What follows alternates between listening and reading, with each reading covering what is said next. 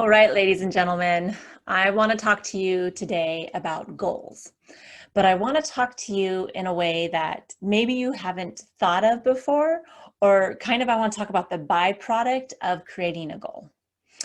And so, what I mean by that is the experience that you would have from creating a goal. And if you are someone that's kind of like, I don't create goals, I don't want to create goals, then I want to offer you another suggestion. You could join an organization, you could join a team, you could volunteer for something. So doing something that's outside of your norm is what I'm asking or challenging you to do for your benefit, to see how it can improve your life and the things that you can discover about yourself through doing something that is not in your normal wheelhouse. So there are certain things that we do within our wheelhouse. That's like a tongue twister for me. Wheelhouse, that we are comfortable in, that we feel like we can do it all the time. It's easy for us.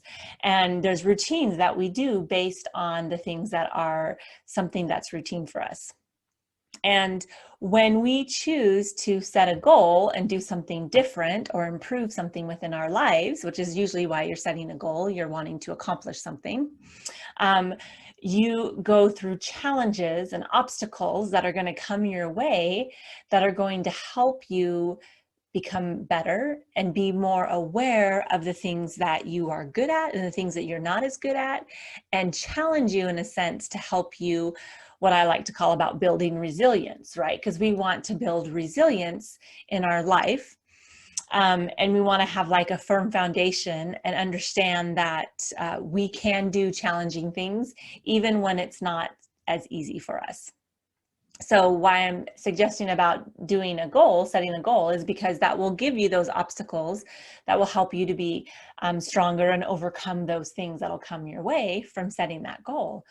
But you can also gain things from volunteering, from joining an organization, from being part of a team.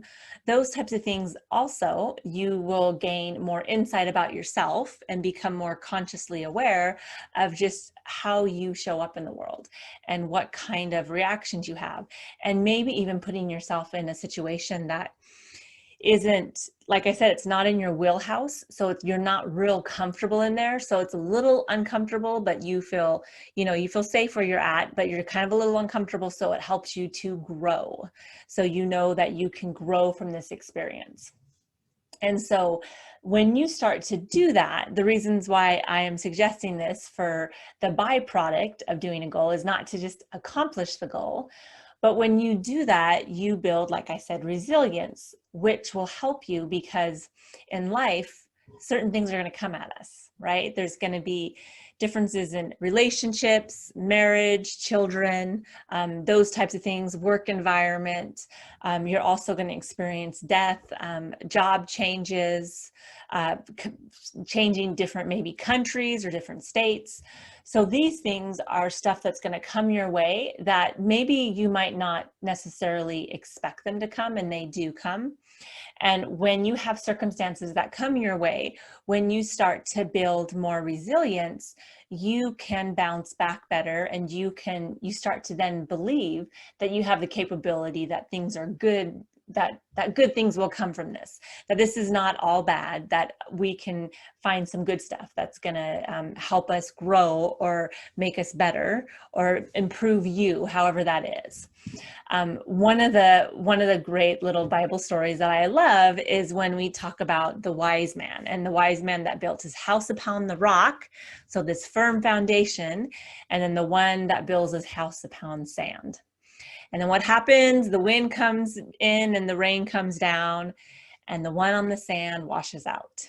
So when you decide to stretch and do things that aren't in your normal wheelhouse, that routine that you've created for yourself, when you start to do that, you can build resilience. So when these situations come in your life, you have more, you feel like you can tackle it, that it's not going to do you in, that you have the strength to endure, that you know that you can do hard things.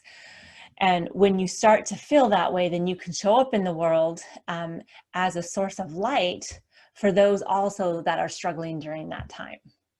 And so, and if that is the case, so like if your family members are struggling during this time, when you have a firmer foundation and you kind of have built that resilience for yourself, you can then show up for others in a way that's helping yourself, right? You want to take care of yourself and your needs, but then also be able to help those around you because you've done the work, right? You've done the due diligence to be able to create that foundation so that when that stuff comes in, you're going to be ready for it. All right, ladies and gentlemen, so that is what I have to say about setting goals, but also you can volunteer, you can join an organization, or you can join a team as well, because any of those things that you aren't normally doing will help you grow and build your resilience. Take care, everybody. I hope you find something in here that helps you or resonates with you. Please apply that to your life. And it's just one step at a time and one day at a time. Take care. We'll talk to you again soon. Bye.